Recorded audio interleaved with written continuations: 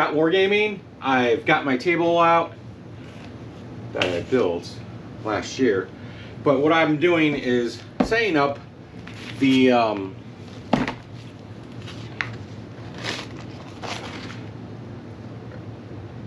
basically the why can't I speak? Set up the introduction scenario to how to learn to play. So what we have here is just the rules induction, so we can set it up. It's a 4x4.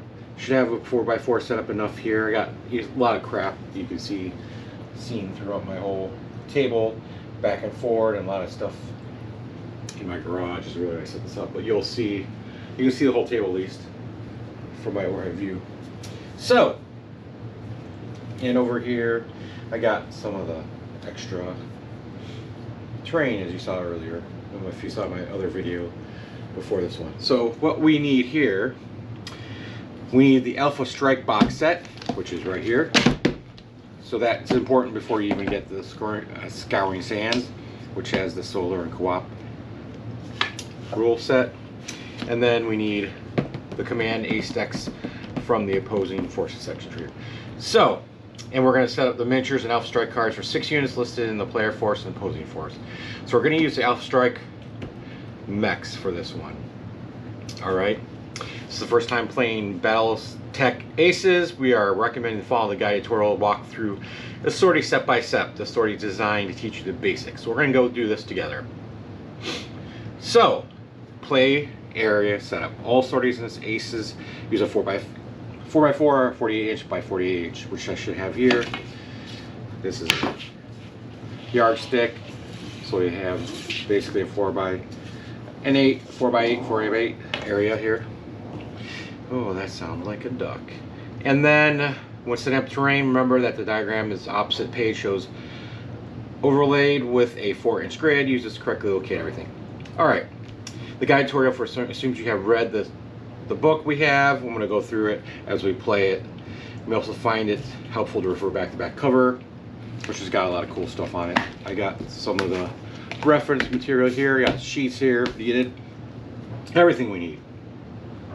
So, what we're going to play with sorties in the campaign book, you must have used the following 2 optional rules: multi-attack rules with Alpha Strike, and front-loaded unequal number of units. So basically, you have multiple units.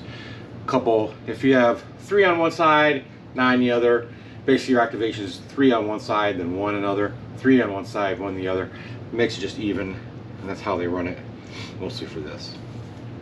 It's been a while since you saw last combat from a cockpit of a battle, which it has been. We've dug up some archival battle ROMs taken from previous battle for you. These detailed recordings of internal external data center data let us reconstruct how the battle unfolded, and let's review it in the simulator. Pay close attention to how the enemy moves and operates. Shake off the rust in preparation for your upcoming contract. Once you're finished here, we've got a training simulator exercise scheduled next. Reconnaissance. There's no reconnaissance for the mission. So some scenarios and missions you can do reconnaissance, which gives you pay for that, and you get bonuses for different things. Waypoint setup. There's no waypoints in here, so we're not using those. And for the player force, for my force, we're going to have a 145 point value force. It's a mercenary lance, and we're going to have stuff from the Alpha Strike box. We're going to have an archer, an arc 7C. They're all going to have skills of 4.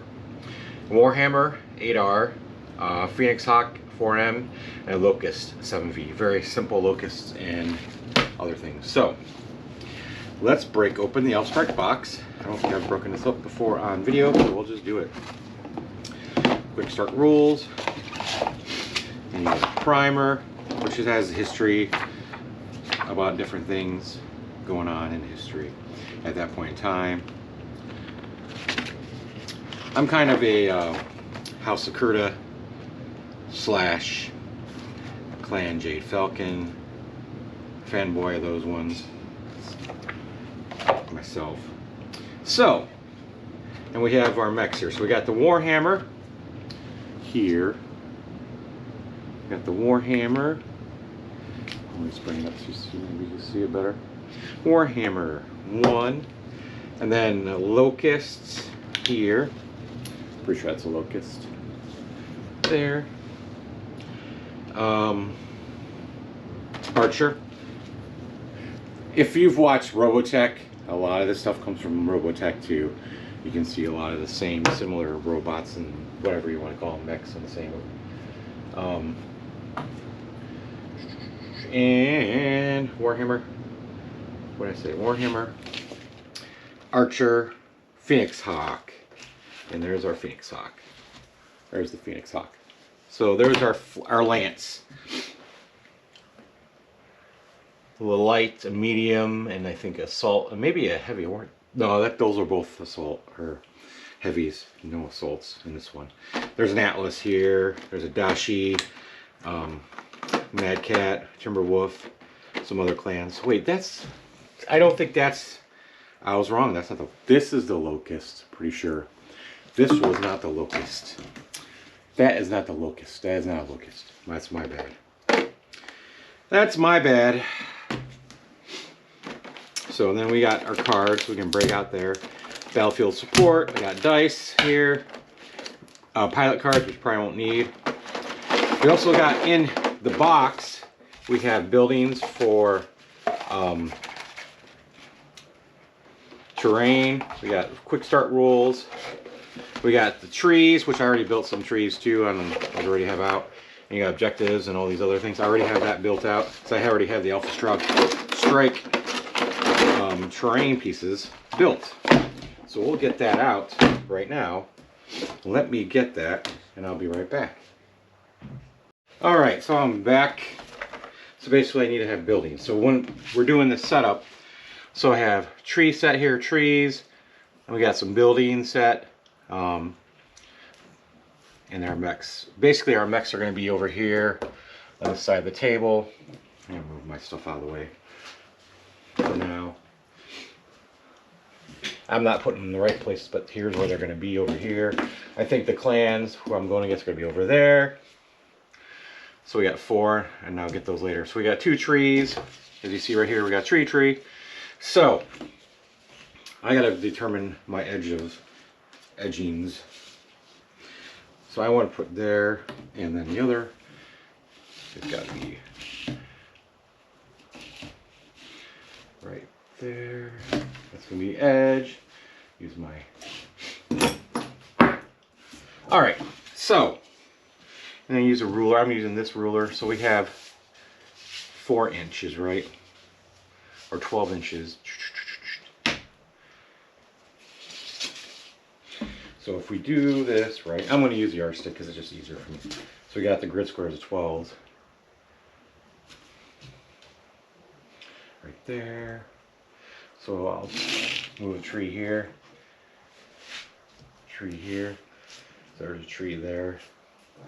And it's going to be 3 inches down here. I'm going to use the same tree.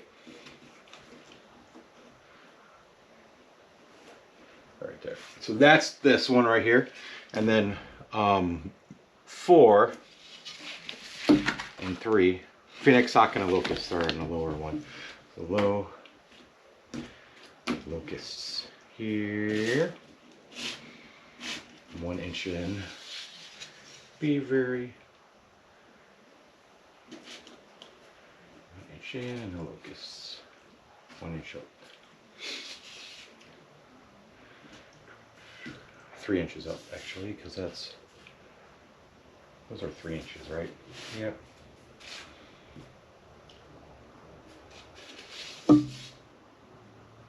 Yep. So they're there. So we got that part done down here in this grid square. So let me take these things out of the way for now.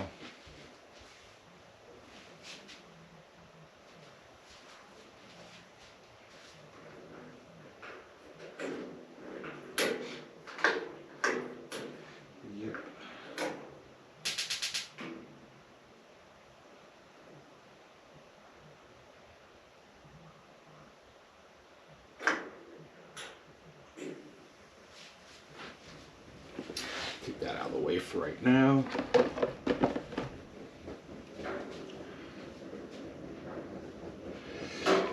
see here. Where'd you go? All right, let's turn it on. And we have a building here, a 2-level building. I have all these buildings here that came with the straight box. So it's a 2-level building. So as you see, 1, 2, 3. This is a 3. This is a 1. It's kind of like a 2. I got a bunch of these buildings all over the place. So you see, building, building, building, building, building. So I need a 2-level small square building. And there you go. Because we got level 1. As far as I know, like this is level 1, this is level 2 heights. But it's actually inches. So we go here. That's a 2. This is a 1 inch. Basically, so we got 1 inch here.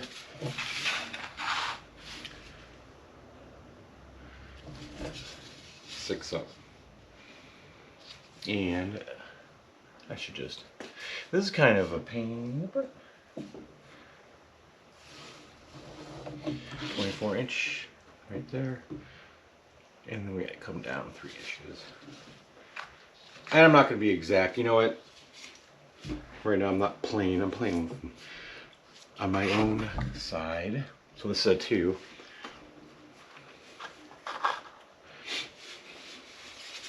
It's kind of weird. It's 12 inch there, 24 inch there, right? And this should be 6. Yeah, that's right. So that goes there. And then let's keep moving around. This is going to take a while to do. So I'm going to come back. I don't want you guys get the gist of how this is being done, and I'll be back. Welcome back, guys. I set up the table. And see here, this is my book. Set up to this map, set up. We got the 2 heavier mechs here, the 2 lighter mechs here. We got the Timberwolf and Pouncer over here. All the forest triangle. This would be a forest area, single line of trees, single line of trees, and a forest area here. So we got all our buildings in here as well with their elevations. We also got, I have set up, I 3D printed these, I think I may have said before, for my AI decks, and also my AI Alpha Strike cards for those 2. We have our commander deck, which is set automatically for the tutorial on C, so this will help me determine my targets for the AI. Along with these decks are set up in a specific order for the tutorial run of this game at this point. And then I also have down here the 4 Alpha Strike cards for the 4 mechs as well. So like I said, the 2 heavy mechs here, size 3s, and a size 1 and size 2, lightly armed and lightly whatever mechs. The Archer obviously has the most. It's got 5.4 at long range, so it's a long range. Usually Archer's a long range mech. And then you got the Warhammer, it's got a 4.42, a little closer in range with PPC usually. And then you got the Phoenix Hawk, which is a 3.31, so it's a closer up mech as well, along with the Locust. It's a 2.20, so it's a very up and close. But speed is life with a Locust, right? So, but with this, it tells you what to set up, how to set up your cards, and how you need to do it. So that's what I did now. It's all set up. And then we're going to move on to the guided tutorial, which makes it easy. It's guided, so we can learn how to play along with you guys and everything. If you hear my 3D printer in the background, I am apologizing. I am bringing out some Christmas stuff right now, and it might be pretty loud. I got an AMS P2S bamboo, very great. The new stuff that came out with multi-tool head stuff, kind of cool, but I don't got the money to do all that. But let's do it. 3D printing is the way to go for some things in this day and age, for sure. You don't need to buy things when you can make it. But, so right now, we're going to follow along and play with this. So right now we're at turn 1 initiative. So reveal priority cards for each Aces deck. So, here's our Aces deck. So we got 383 for the Brawler, which will be, I want to move it up here a little more. I don't know if you not see it as well, but so it's a brawler for Timberwolf. There is an error in this book. They said it's on the Timberwolf T, right? And he uses a brawler deck. However, the Prime uses a brawler. The T uses the missile boat. So I put it on the Prime side since that is using the brawlers. Since they should match. It says brawler, brawler. If you flip it over, it's missile boat, and you have to use a missile boat deck. And the Prime. So both of them are there, ready to go. I'll put them where I would do it. So you slide in the Alpha Strike cards on top, so you can track who's got what card deck. And so we revealed them, 383, 475. So a command cards order assigns T cards assigned to the move last token unit that deals the most damage at short range, which is the Timberwolf. So card C assigns, so this one says right here, initiative phase, assign the move last token to your unit with the most damage and most movement points, because a little blue plus is the most S damage, so the most short range damage and the most. Okay, so we have tokens for that. I have my little, and that sounds like my 3D printer is having a fun time. So I have made these little 3D printed discs. So here's the last movement token. All right, last move, first move. So what we do is we assign that token to the Timberwolf, and it basically overwrites its movement value to 1,000. Okay, so we follow the command card, so that's what the orders tells us to do. So we've done that. So now the Timberwolf will be last to move. And then we roll for initiative, which the opposing force wins. Place the initiative token red side up on the turn track to march. So we have our turn track right here. Let's make that the turn track. And so the initiative here is red. You'll put it up like that. So we got it marked. This turn track I can use for other games too, because it kind of, you flip it over for other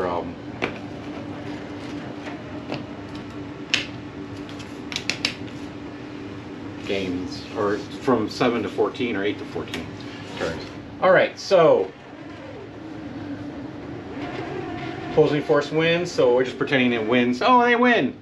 So place initiative red side up, turn tracker mark it. So player force, losing the initiative, which we lost, is we're usually blue for the blue force. The red force is the AI force.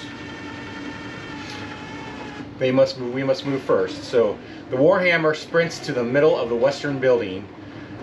Archer moves towards this woods, but doesn't have quite enough movement to enter.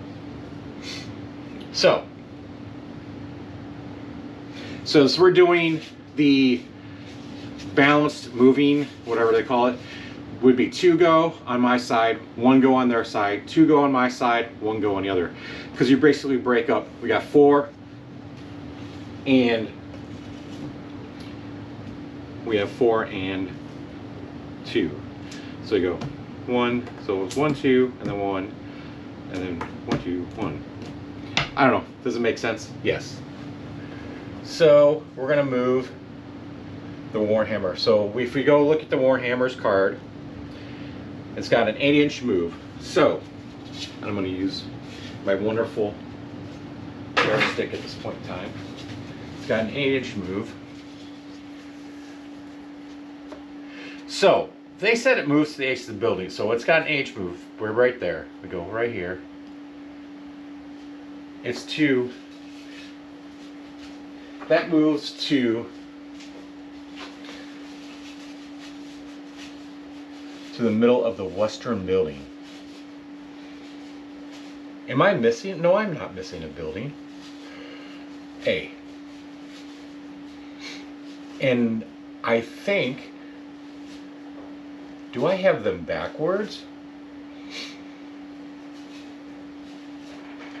I have a question on this one. Why? I'm going to read this, because this is what happens when you have a tutorial sometimes. So Warhammer sprints to the middle of the western building. So let's do that again, because I'm not really paying attention, not reading. My reading comprehension sucks. So let's see. Yep, because we're sprinting. Here, boom.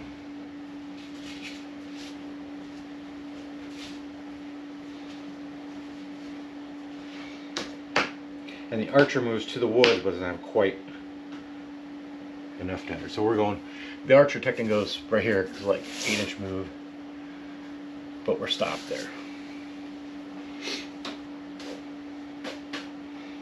Because the archer has a 10-inch move. So he can move standard A's to there and they have no issues. Warhammer's 8 inches.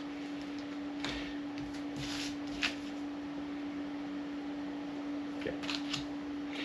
And then now it's their turn. So they're going to move the Pouncer. The Pouncer reveals card 475, which is, there it is, 475. So basically, if there's any moved enemies within 16 inches and within 6 inches. So there's no enemies that have moved within, they said 18 inches. Did I just read that wrong? Yeah, 18 inches. Gosh, I do need glasses. So 18 inches within him, that's out to here. So obviously they're not there yet. And when we go to balance, no enemies have moved within 30 inches. So 30 inches out to here. If you look here, no, not yet. And then, so we're in a cautious, so we're in the default values for the AI. So we're looking for the nearest target, I think is what we're doing. So identify nearest target, which is now the Warhammer, right here. Is definitely the closest of everything. So the movement filters is, if you look at the card, it says it needs to be 24 inches away from the target. The target is most enemies. Wants to be 24 inches from the Warhammer. It's currently about 33 inches away, so we'll move it closer to reach this ideal distance. Wants to be able to attack the greatest number of enemies. The building is tall enough, which it is tall enough, as you see.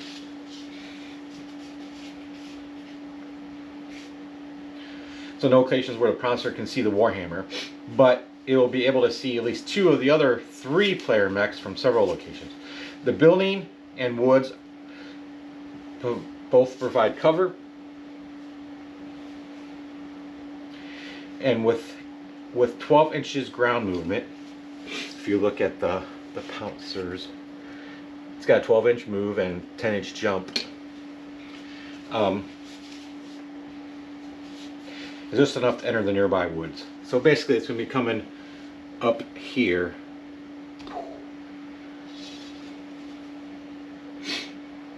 And it'll be close enough to see that target.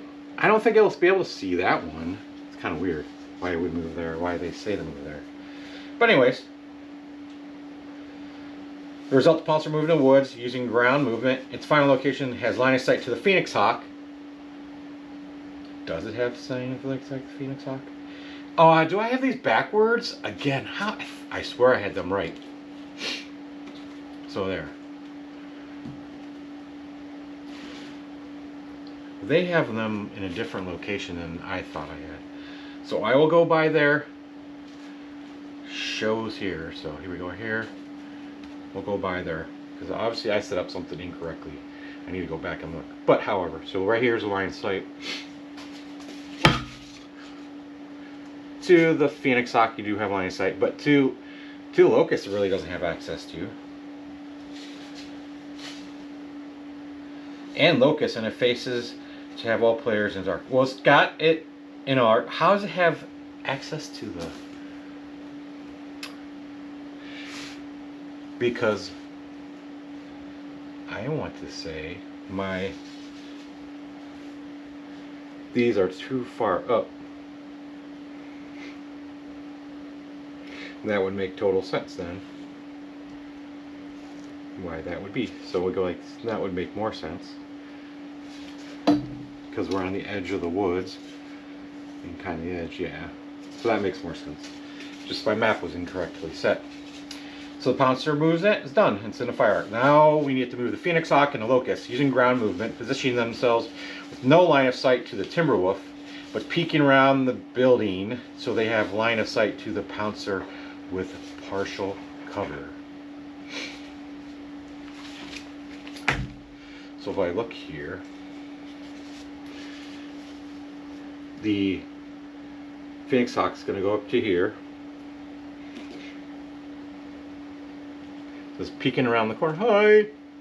And then the Locust, technically, it can move like so quick. Vroom! Locust ground movement, it's 20 inches, so it just can fly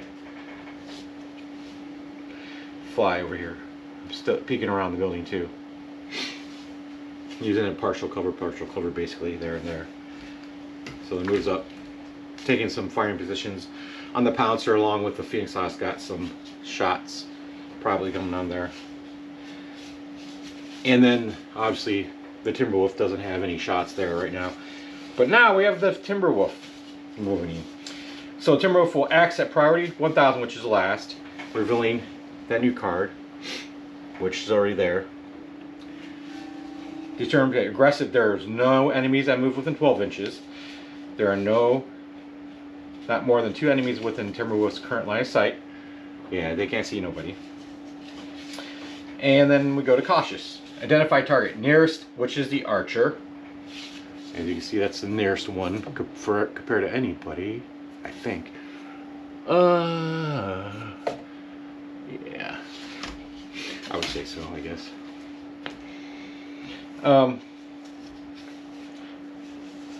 Be able to, so the filters now for this, be able to attack the archer with long-range weapons and plenty of movement. There are lots of places to move where he can do that. So if you look at the card, it said nearest target, long range, jump if ground movement, jump if needed, target enemy in least amount of enemy targets, cover versus the target, and 18-inch target. So,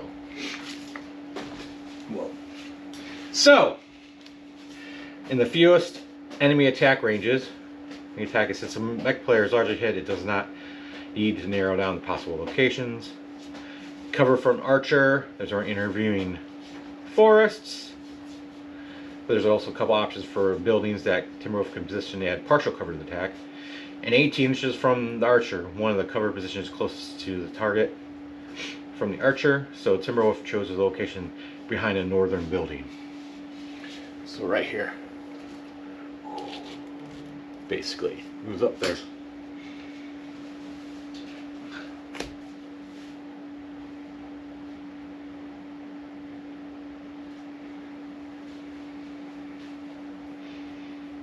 Result, Timberwolf uses 10-inch move to charge forward towards the archer and faces towards the archer. So let's go right there, right there. So we got all of our movement done at this point in time. Now we're going to be moving on to our combat phase for Turn 1. Alright, so we're in combat phase now. Since I lost the initiative, technically, I have to attack first. So first we're going to do, according to our guided tutorial, attack with the archer first, and we're going to be attacking the Timberwolf. So if you look at it, the target number is 10. So when you look at my archer, you can zoom in if you want. We have a skill of 4, which I didn't write down on my paper, which I should. Skill of 4. I have a target number of 10, which is +2 for target modifier, movement modifier for that Timberwolf. If you see on their cards, a 2 for movement. And then 1 for the woods, because we're shooting through the woods here. 1 for partial cover, so that's 4. 2 for medium range, we're at +2, that's a medium range 2 between the archer and. So we got +2, +1, +1, 4, 6, and a skill of 4, so that makes it 10. Archer rolls a 5, so we'll just pretend. We roll! and we get a 5. It gets 1 hit, bringing the Timberwolf armor to 7. So we go to our card. I have a dry erase. So there's a Timberwolf. We got 1, 2, 3, 4, 5, 6, 7, 8 armor. So we mark 1 armor off. 1 hit. 1 hit to the Timberwolf. So we're down to 7 armor on the Timberwolf now. So, and if you saw that if you remember from the movement for turn 1, the Warhammer sprinted to this location, so therefore it can't do an attack this turn. Then we move on to move on to the Phoenix Hawk. And here's the Phoenix Hawk, here's a Pouncer. So we got line of sight there. I think we got some concealment. So basically target number is 10 again. So our Phoenix Hawk, and let me write that down. It's got a skill of 4 as well. So we got skill of 4, which is our base number. And then we have a target modifier for the Pouncer that's just moved is 2. So that's 6, plus 1 for the woods. That's 7, plus the partial cover. That's 8. From the corner of the intervening building right here, it's going across there. You can see that. And then plus 2 for medium range. So there you go, we got 10. So Phoenix Hawk rolls a 3 and gets no hits. 3. I'm not rolling for real, just pretending. So we get no hits for that.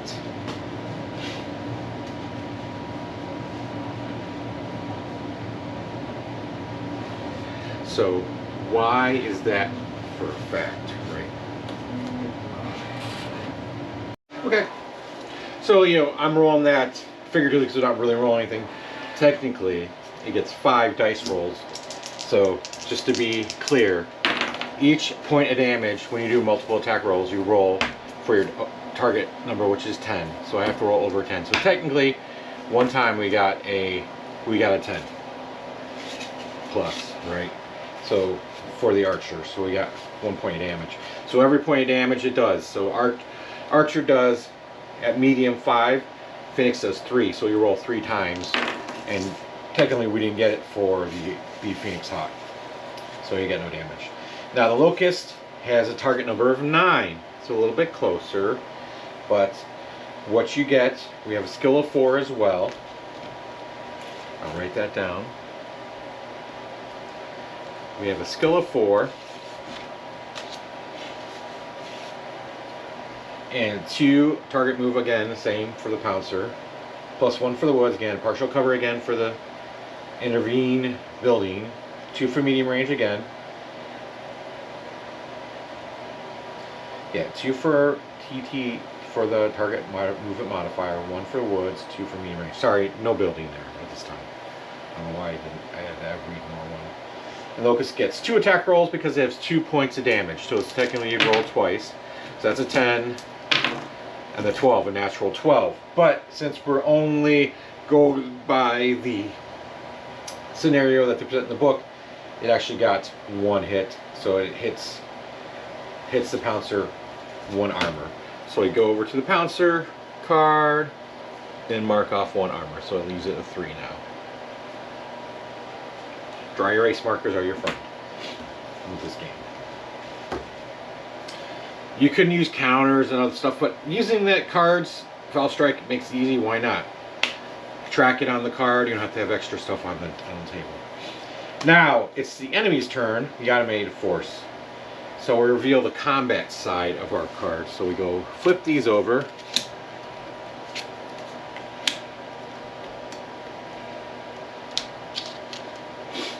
On each side.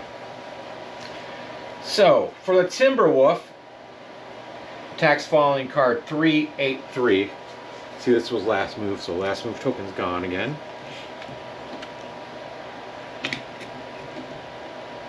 Put it back here for now.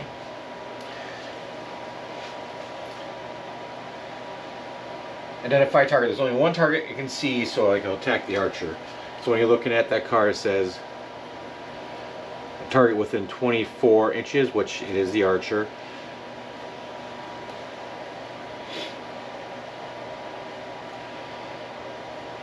Attack. Target number is 9, so it's a skill of 3 plus a 2 TMM, a target movement modifier. 1 for the woodsman partial cover, 2 for medium range. So we have a 9, 2 hits. So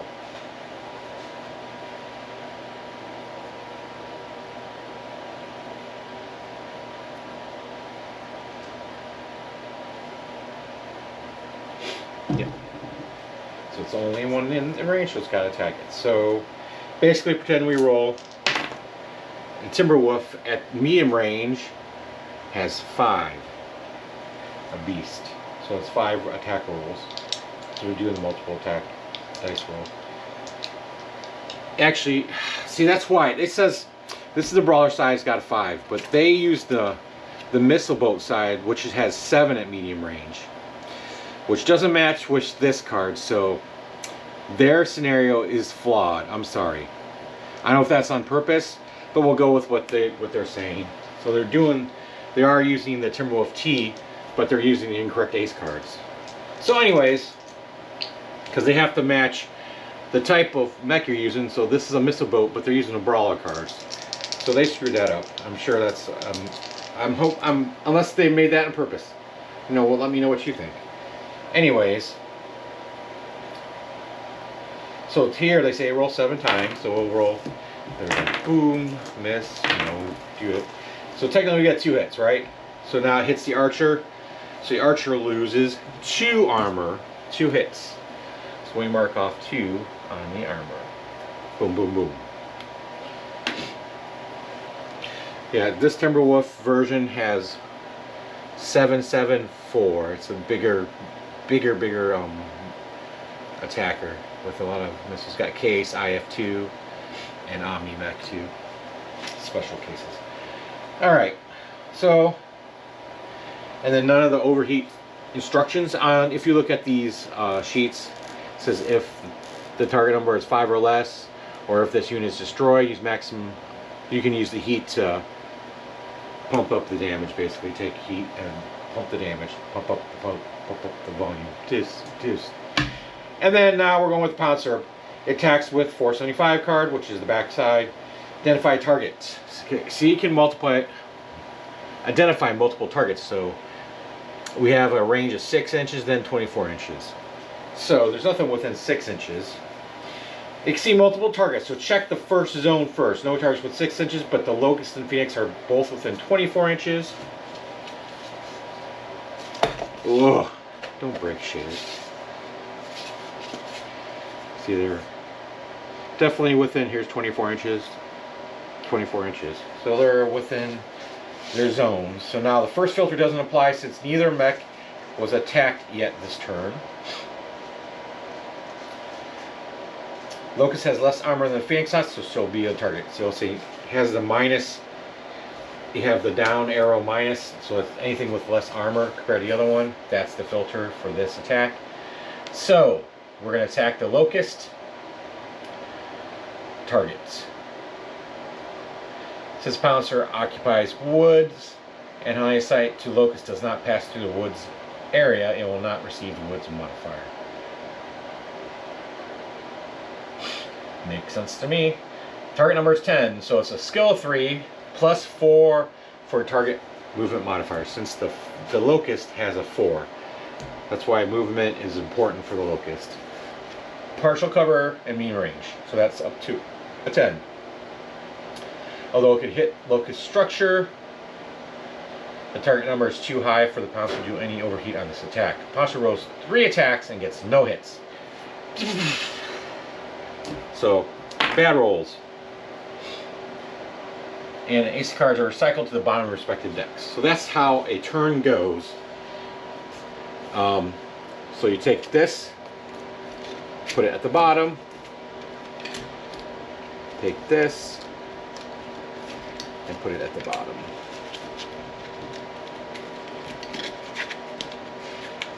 And this design of the holder is cool, but you know, when you're marking off armor and stuff, see it sits in there. You have to take it out and in. So it just makes sense to hold it. And the Warhammer did nothing this turn at all, it didn't get hit. So we got 2 hits on the Archer, nothing on the Phoenix Hawk, and nothing on the Locust. Technically, the Locust has 2 armor and 1 structural turn. So that's the end of turn 1.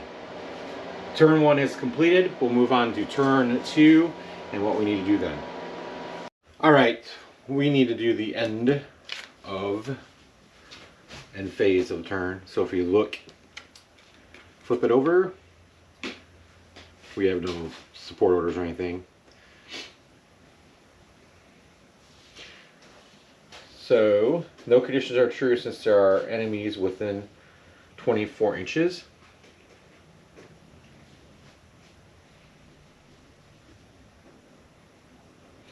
Neither side has lost any units. Flip the card back over, so C card remains in play. So you'll move it to different versions based on the end stuff, and there's nothing there. So it's going to stay with the same card for next turn. So turn 2, initiative. So basically we'll provide priority numbers in each of the new ones. So we got 253 for the Brawler and the Timberwolf, and 535 for Sniper. Command card still on C.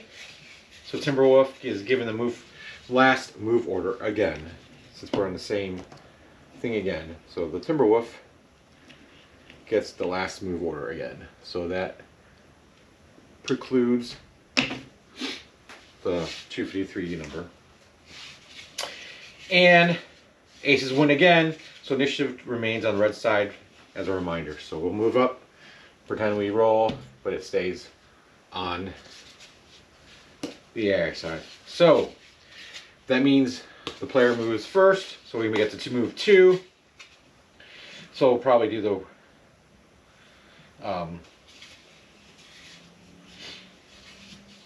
we'd like to concentrate fire on the Timberwolf. That's the major issue that on this specific table. Pouncer's not as much. That 7 hits of damage it can produce at the minimum, at medium to short range, is a massive amount of damage. So that should be where we're concentrating our attacks. So, but they know it's going to be moving last this turn, so making the strategy pretty difficult, because once we move, it can move in position to counter what we're doing. So, based on this setup stuff, they move the Archer through 5 inches of woods to the front of the woods template. So it's going to move through and move in the front. So we'll go. Whoa. And Warhammer is going to move forward as well, using Gravel Moon, hoping to bring its firepower into the fight. So we're going to be moving up here to basically so we can target the Timberwolves, give it attack range in there. So we have the Warhammer now can start attacking. It's going to fire through the woods, but it's going to have that set up there, and then the Archer's here with a little closer medium range, not close to short yet. So, and that Archer would get 5/5, and the Warhammer would have 3s. So that's 8 points of damage if they get to it and it doesn't move and do some weird crap. So now the Pouncer gets to move first. So we're going through the card here, right, for the Sniper. So our first determination, is it aggressive? No. Warhammer is within 24 inches, but the Locust is within 12 inches and has not moved yet. So it's not going to be aggressive. Balance, yes, because the Warhammer has moved. So when you look at your card, if there's any moved units within 24 inches, the Locust is, and no enemies within That's true. The locust is there within 12 inches. If you look at that, fun. Well, they must have, something's not right with my map, but we're pretending. So we're in a balanced.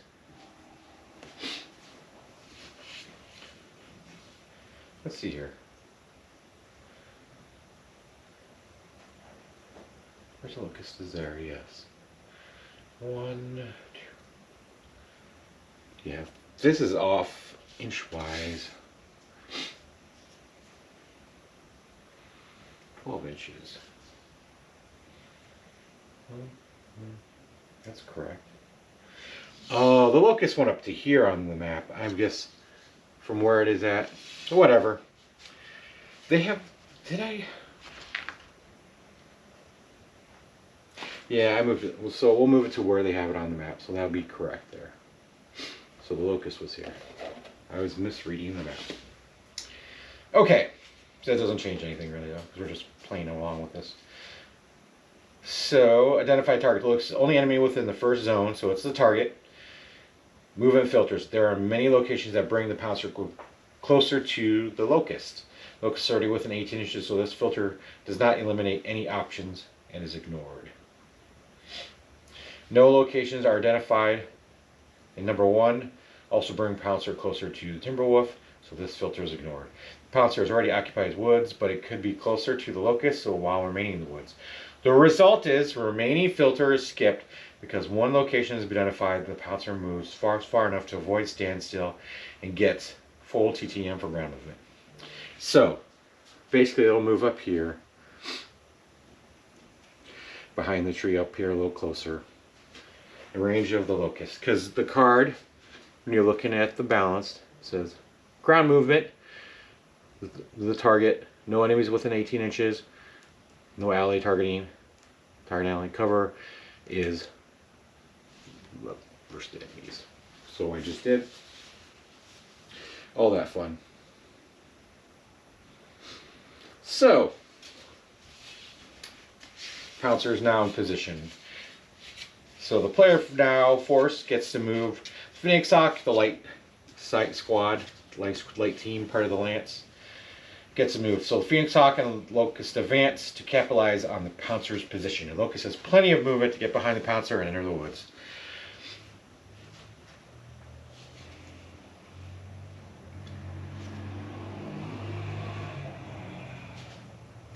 So where does the Phoenix Hawk and Locust move? So Locust would move. It's got 20-inch move, so it's got more enough movement to go across and get behind the pouncer. So like,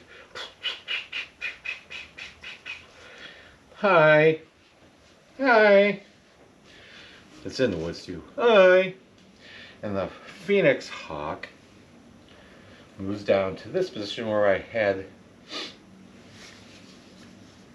the, so that's like 12, 10, what's movement? 12 inches, so yeah, just moved with its full TEMM. Okay, so we're now in position. Now we need to move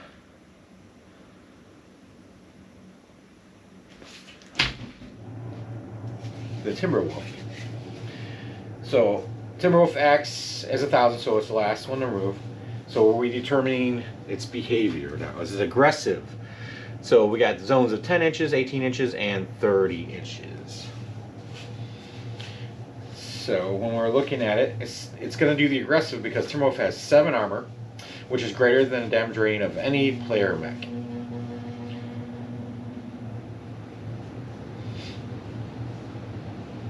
If this unit has more armor than the damage rating of any, so that's true. It's gonna be aggressive now. So it's like I'm the beast on the building, in the building, and in the area. So I'm gonna kick some butt.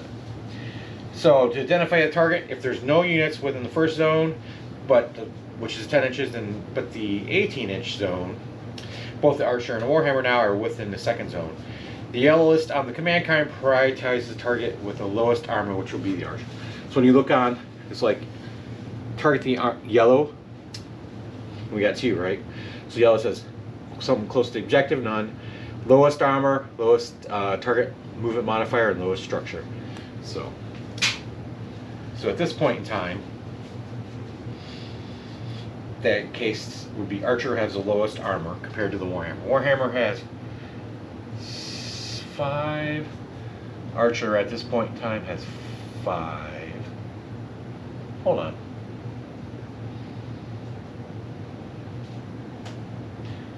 Why? Are we? Was that an 8R or a 6R? It was an 8R. Oh, so I had the wrong side of the Warhammer up. So yeah, the Warhammer has a lot more armor, 8 armor. Okay.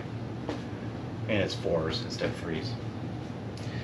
So playing the wrong side is important when you're looking at things. So the commanding card will the now movement filters. Looking to have the most enemies within its attack range. There are a couple of places where the Timberwolf could be able to attack any of 4 of the players' mechs. From the possible location satisfying number 1, moving closer to the Archer is possible. So up there, right?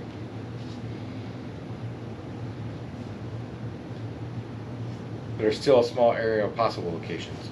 There's one location where Timberwolf will have cover from most enemies, in this case partial cover from the Warhammer and woods from the Locust. So we got Locust here, can fire up that way. We got the Warhammer here, woods, so, and then there. Since the result is, since the movement filters are already narrowed down one location for Timberwolf, range filters are skipped. Timberwolf uses ground movement and faces, so ground movement and faces, so all players' mechs are in its firing arc. So basically, from our AI, we're coming up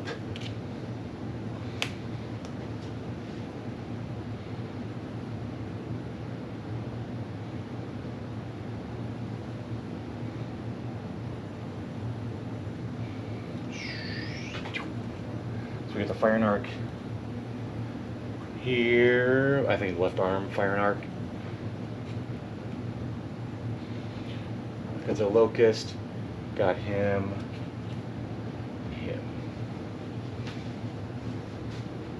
There's a building here, partial cover, attack, and you got him. So we have to move in that position because when you're looking at the card, it says ground cover versus targets. No enemies within 12 inches, and no targets. So that's where it says to move. So now we're on the combat phase position. So let's do that next. All right, this is combat phase of turn 2. So we're going to start with the player 4 since we lost the initiative. We have to fire first. So the first, obviously the Archer should be the one to attack first. So we're looking at the Timberwolf. I think we're in close range there.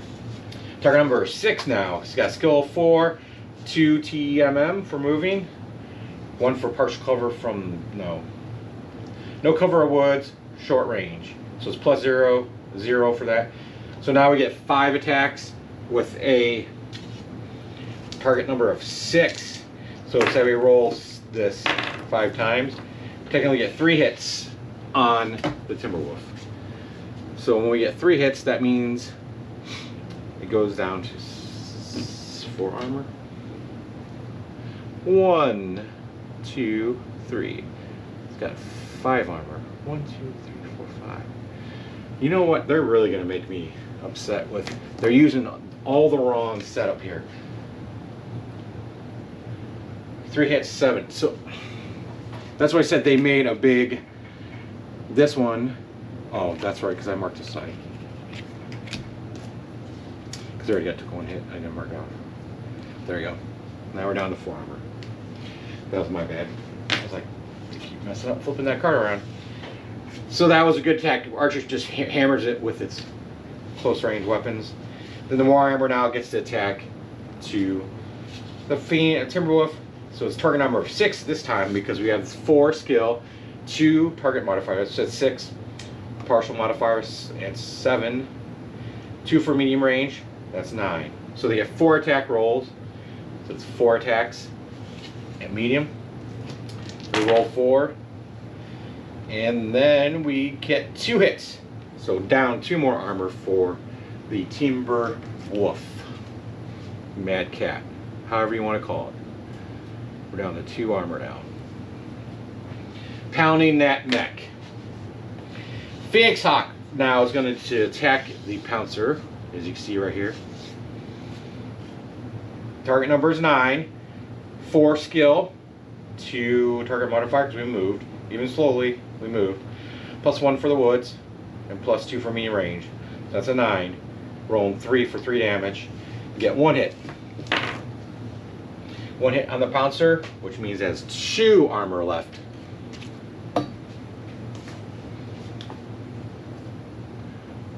Two armor pieces left. And then the Locust behind. This is fun. It's a rear attack. So now we have a skill of 4 versus a 2 target modifier. So that's a 6 base, basically. +1 for the woods, occupied by the Pouncer. +0 for short range. Locust rolls 2 attacks, plus additional attack for being behind. So you get a +1 attack. So that's another point of damage, which is another attack in when you do multiple attack rolls. So it's 3 hits. Well, technically you roll 3 hits. Yay, 3 hits. So you hit with the 7. Pouncer loses all remaining armor, has 1 structure left, and rolling for a critical hit. So what that means, we take off armor, and a structure. Now we have to roll for a critical hit. So we roll for a critical hit, and the results, according to the book, is an 8, which is a weapons hit. And then we mark that on thing here, so it goes boop. So it's -1 damage each. So now it's 2 damage each for each of the attacks. So they lost some damage points. And at this time we flip over our ace cards to reveal the combat size, since it's their side to attack.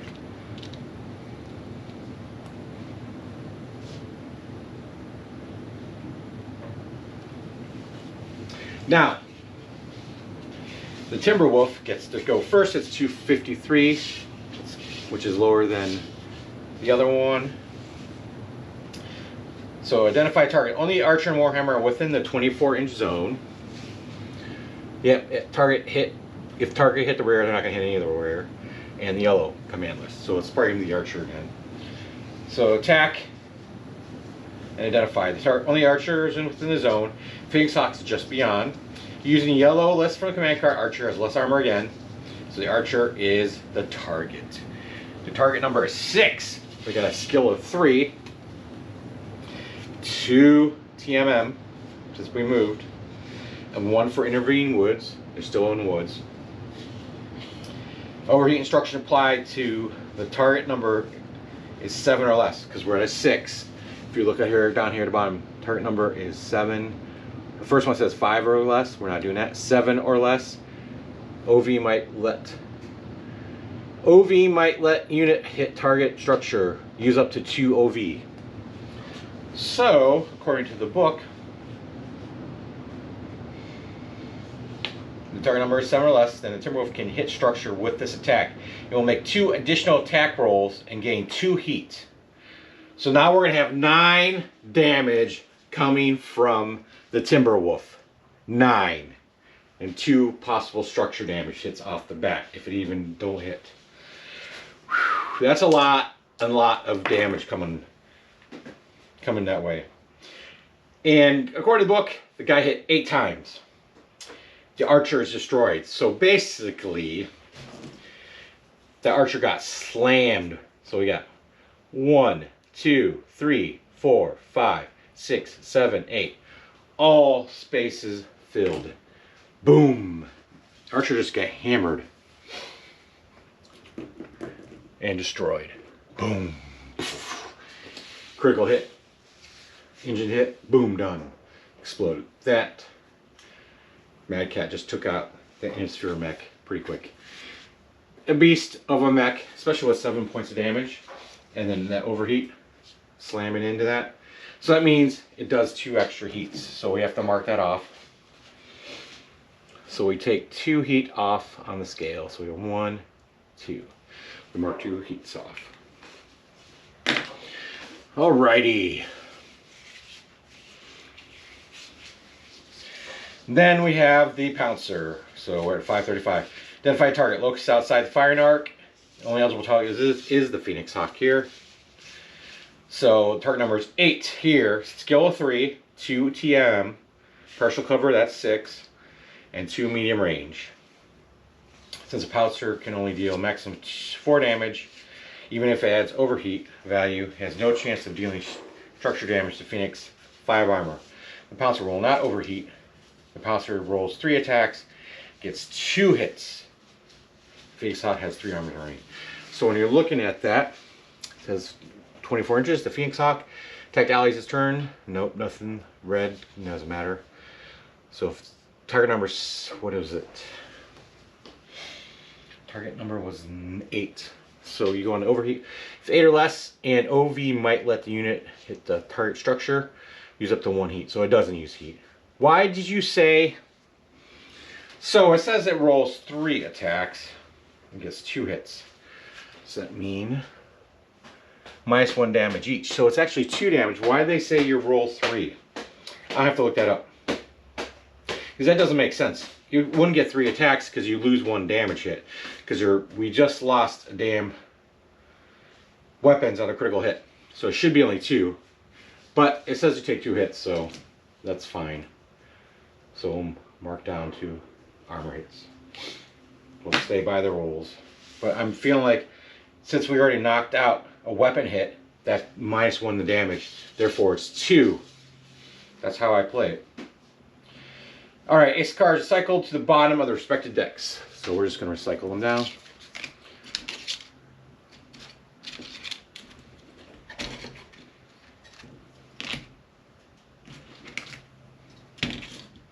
There might be some changes now because of this.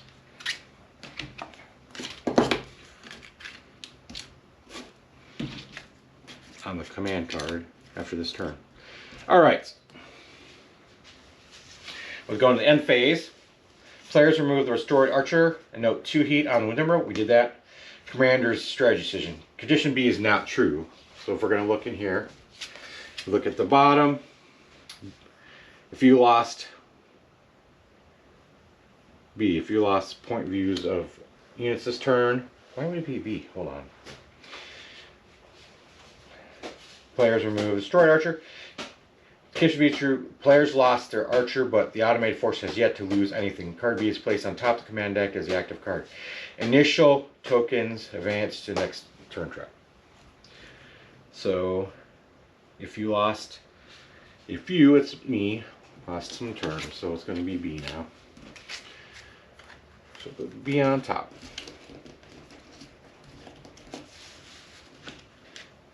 Which changes some criteria for targets and other orders too. And we move on to the next turn.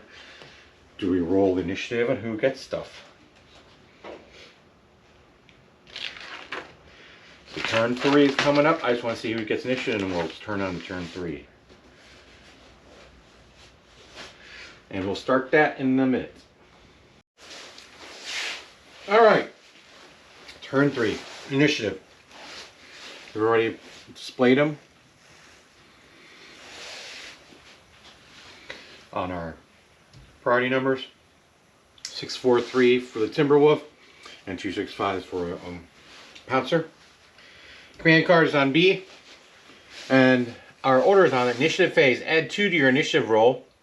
Assign the first move token to your unit with the highest medium damage and the highest armor, which is probably the Timberwolf. So it'll be the first move token this time. Whoops. So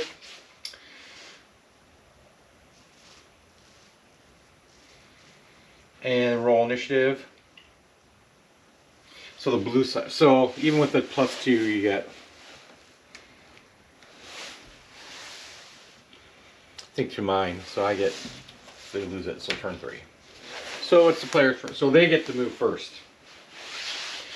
So the automated force moves first.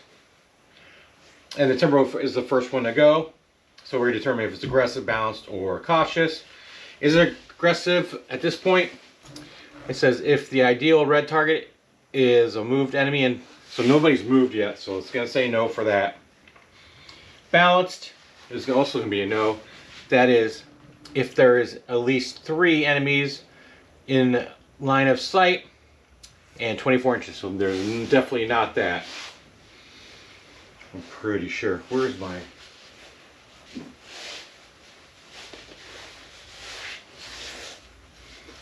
Yeah, definitely not within range. So it's going to be cautious. So the Warhammer is the nearest, so it's going to be the target at this point in time. 10 inches, but it's also the closest.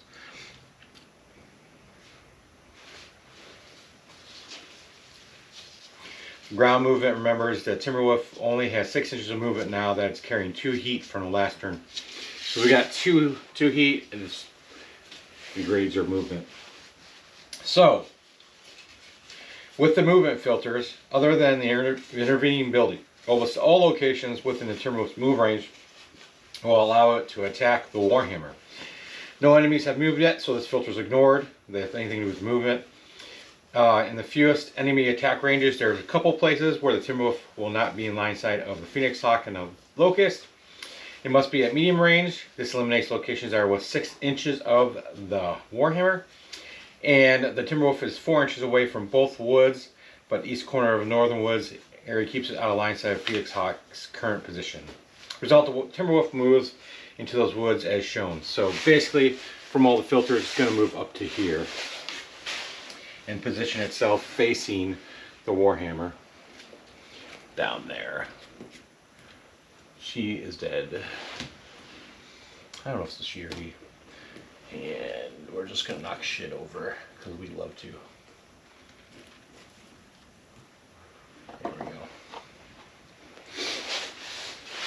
So we got side hit on the Warhammer.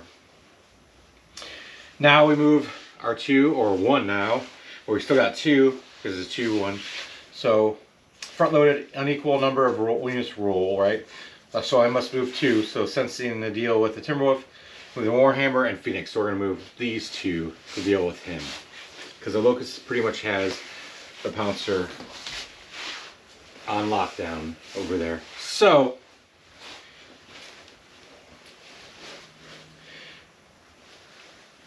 they're going to move. So they said, oh, they just show them where they move. So the Warhammer, I think, just moves to the building and north up here. That's what they have in there. And the Phoenix Hawk, what?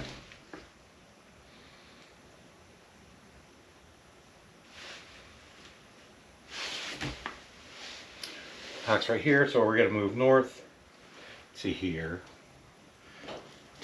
So you kind of can see, and you have partial cover too. And now,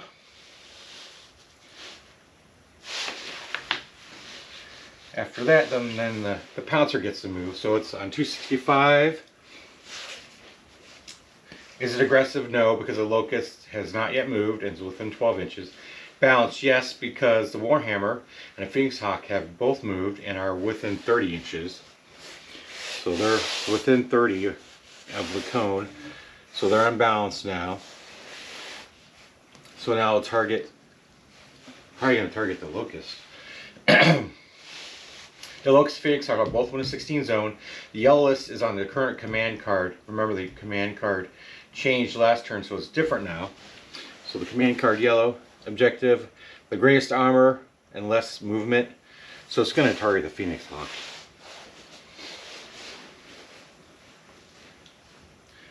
So it's going to target with the unit with most armor, which is the Phoenix Hawk. So now the movement filter is no unmoved units within 12 inches.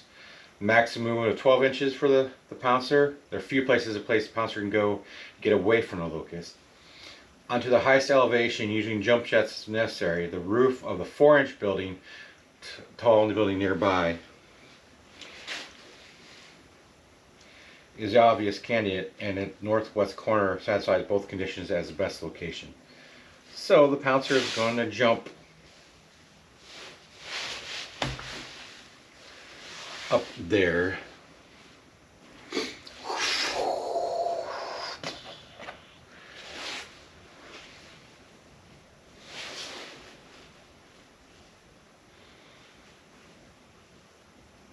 Finally looks race north to using the ground movement to add firepower against the Timberwolf, since the pouncer is much diminished threat anyways.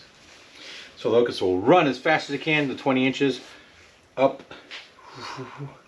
Probably go, yeah. And I guess it can be right here from what it says. Oops. Now we're going to go to turn 3 combat phase. So turn 3 combat phase. So the animated force goes first because they lost the initiative. So we're going to flip them to the combat side.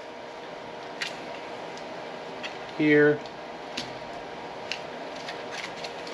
Here. So the sniper goes first. It's probably going to tackle 6 inches. So the pouncer goes first. All enemies are within the first zone, 24 inches. That's true. It's got...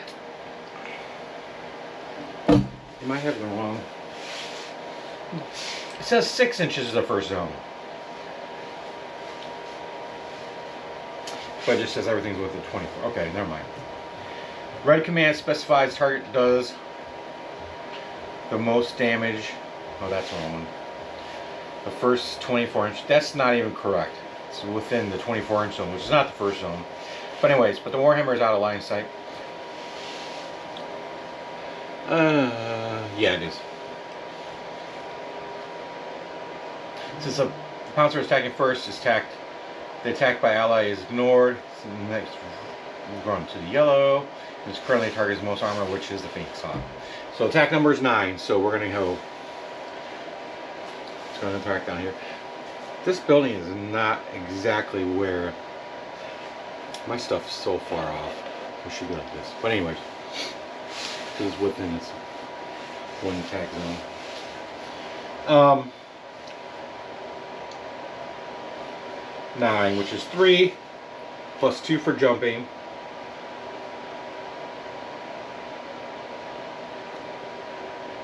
Plus 2 for the movement modifier. He moved. So that's 7 plus 2 for medium range. And none of overheat conditions apply. So the pouncer rolls 2 attack dice because I only got 2 weapons now. So the damage is applied at the end of the turn. That was my mistake from last turn. So damage is done during the turn, but everything's applied at the end of the turn. So that's why he still had 3 attacks, even though he had taken damage. That makes that sense, and I messed that up. That was my fault. Anyways, so let's see here.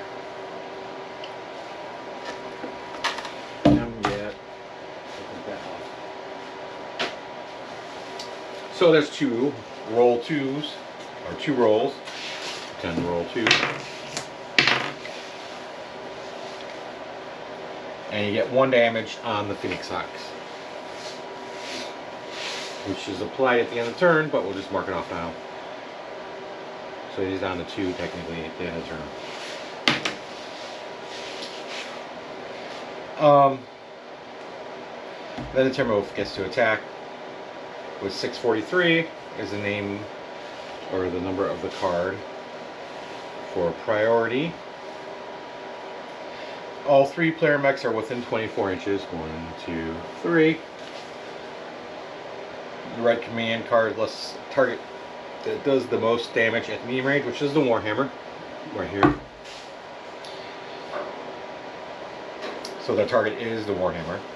The attack number is 6, 3 plus 2 heat plus 1 target modifier movement. Warhammer has only a 1. It's a beast. Doesn't move very good. And 0 short range, so a 6. Using overheat, Timberwolf would manage 8 hits against the Warhammer. which could put it in structure, although the structure on the ace cards will allow it to spend up to 2. Remember that Ace's units will not voluntarily shut down by reaching 4 total heat, so the most Timberwolf can add is 1 heat for a total of 8 attack rolls. The Timberwolf hits with all 8 attacks. The Warhammer is going to be trounced now. Wiping all of the Warhammer's armor and dealing a point of structure damage. Oh, jeez. 1, 2, 3, 4, 5, 6, 7, 8. So I get a critical roll. And a 3 is on the engine. And that means there's only 1 engine hit. So it's got +1 heat when firing weapons. So it's automatically going to get a heat firing a weapon. And the Timberwolf used the heat. So it's at 3.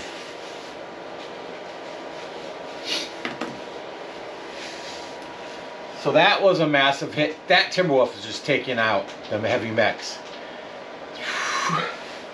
Crazy. Crazy. Skill is important, but also a lot of other stuff. So now the player gets to attack. So the Warhammer, since he's damaged, but he can pack at full strength until. So the Warhammer is going to attack the Timberwolf. Target number is also 6. So we got a skill of 4. Target modifier of +1. Because of.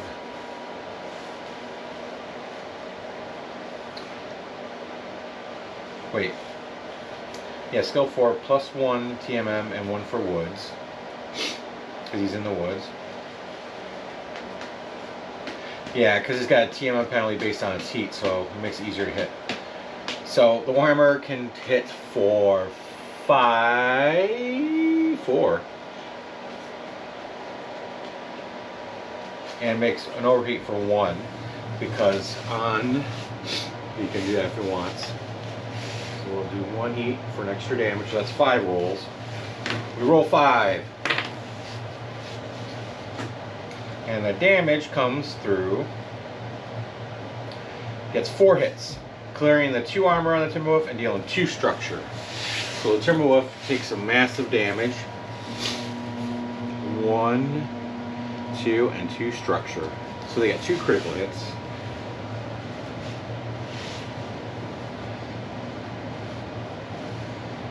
And I think you get one critical hit based on it. The critical hit has 4 fire control, which only matters if the Phoenix Hawk and Locust don't destroy the Timberwolf this turn. Which is true. What fire control? +2 to hit for each thing. So he gets huge. That's ouchie. So that makes it a little better.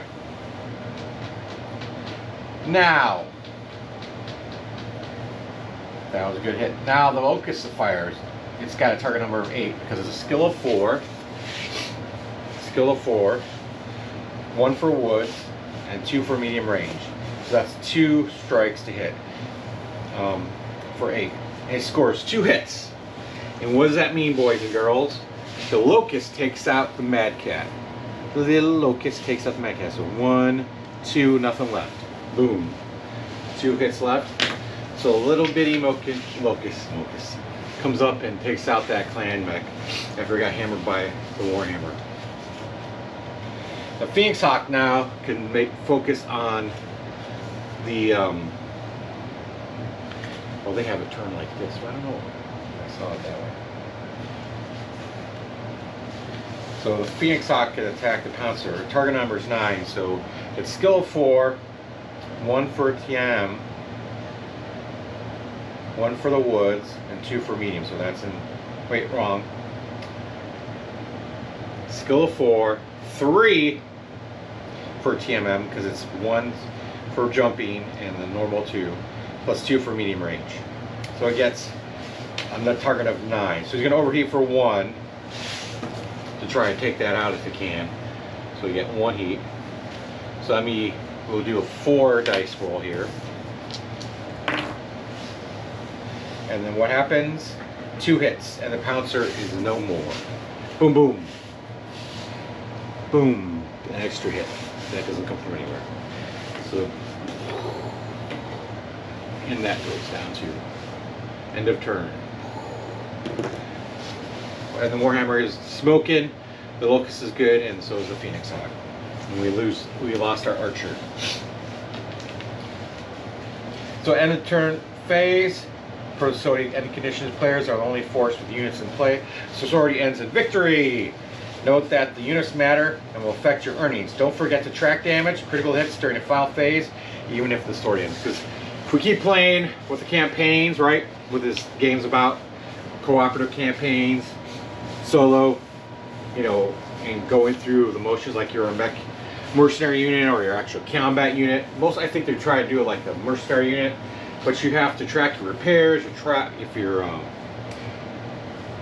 pilots are dead or injured, you pay stuff to fix things, buy new mechs and all this other things, and you play through your scenarios, which is what's fun about this. You can actually play like a set campaign with BattleTech that you play yourself if you don't have anybody else to play with, or you play with people and you're playing together versus a common foe, which is always fun. This was a great fun first foray, foraging, whatever you want to call it, deep dive.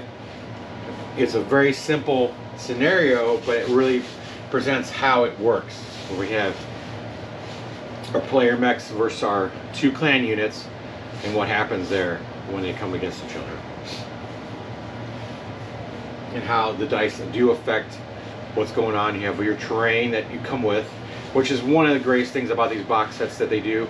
Having the terrain already in, even though they're cardboard and paper, they are very useful and are something that a lot of other game systems do not have, and you have to buy those separately, like from GDW. No, not GDW. Games Workshop. All their shit sold separately. You pay a shitload of money to have it, or you make your own stuff. 3D print it, whatever. It still costs money to 3D print. This, you buy your mechs and you still get a bunch of stuff that you can play with that look good. It's not bad terrain, it's all done. So to me, you know, I have a lot of hope for this game system, and it's pretty nice and some fun. Like I said, I bought 2 of the Aces scouring sand boxes, one without mechs in it that somebody was selling, just to have the extra card decks that I can play some good size scenario battles. So yeah, so basically when I'm going to play the training simulator next, maybe we'll do that together. It's a little different. It's not a choreographed tutorial session, so we'll actually play it with dice rolls and stuff like that. So you guys let me know in the comments what you think of this new system by BattleTech. I don't think it's a newer system, but it's a great system that they have. It's a newer box set, at least. It just came out. Let me know what you think, and if you guys like BattleTech. Now you can play by yourself if you don't have a gaming crew around you around you to play all the time. You set up scenarios, play them, and then you can play the same scenario with someone as a co-op session. So I can have 2 people playing. Somebody takes 2 mechs and somebody takes the other 2 mechs, and you still play the same scenario you've already played by yourself, so you can test out the scenarios and play it. It might be a great thing at Gen Con this year. They might have played at Gen Con this year, but next year I'm going to probably definitely play with some Gen Con, even set up some games like this. I may play some scenarios as Gen Con. Anyways, talk to you guys later. Have a great day. Bye.